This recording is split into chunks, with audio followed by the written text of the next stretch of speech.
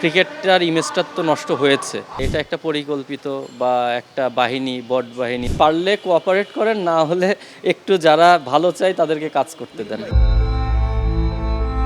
ছবিটা প্রতীকী। দেশের ক্রিকেটের প্রতি মানুষের ভালোবাসা ঠিক কতটা বেশি, তার জবাব এমন দৃশ্য।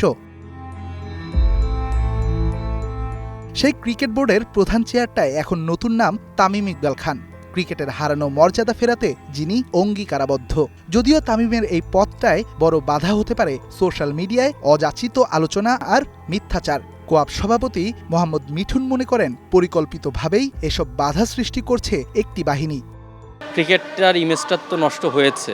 বাংলাদেশের মানুষের কাছে ক্রিকেটটা যেই জায়গায় ছিল ডেফিনেটলি ওই জায়গায় এখন নাই। সোশ্যাল মিডিয়ায় এই ধরনের একটা চর্চা আমরা ফলো করছি এবং এই জিনিসগুলো মানুষের কাছে অনেকটাই ক্লিয়ার হয়ে গেছে যে এটা একটা পরিকল্পিত বা একটা বাহিনী, বট বাহিনী, যেটা আমি নাম শুনেছি কিছুদিন আগে।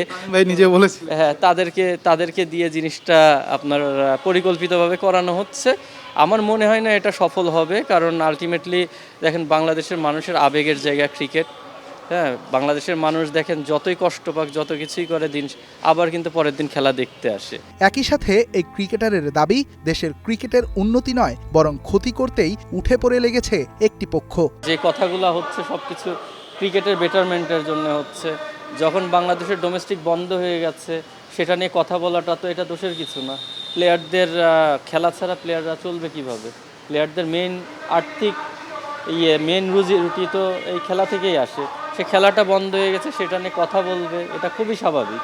তো এই বিষয়গুলো নিয়ে কথা বললে যদি মানুষের ভালো না লাগে, তাহলে বা ওয়ার্ল্ড কাপ খেলতে না যাওয়াটা, এটা যদি মানুষের কাছে একটা উৎসবের একটা বিষয় হয়, তাহলে আমি তো মনে করি না যে এরা ক্রিকেটের ভালোর উদ্দেশ্যে বা ক্রিকেটকে সামনের দিকে এগিয়ে নেওয়ার জন্য কাজ করছে। বরং এরা চেষ্টা করছে যে ক্রিকেটটা যেহেতু একটা ভালো অবস্থানে আছে, সেখান থেকে কিভাবে ক্রিকেটটাকে নষ্ট করা যায়। শেষে আকুতির সুরেই ক্রিকেটার্স ওয়েলফেয়ার অ্যাসোসিয়েশনের সভাপতি ভক্তদের দিয়েছেন ক্রিকেটের কল্যাণে এগিয়ে আসার বার্তা। আমরা বাংলাদেশের হয়ে খেলি। আপনাদের যদি দেশপ্রেম আসলেই থেকে থাকে, তাহলে সাপোর্ট করেন, ক্রিকেটটাকে সামনে নিয়ে যাওয়ার বাধা হয়েন না। পারলে কোঅপারেট করেন, না হলে একটু যারা ভালো চায় তাদেরকে কাজ করতে দেন।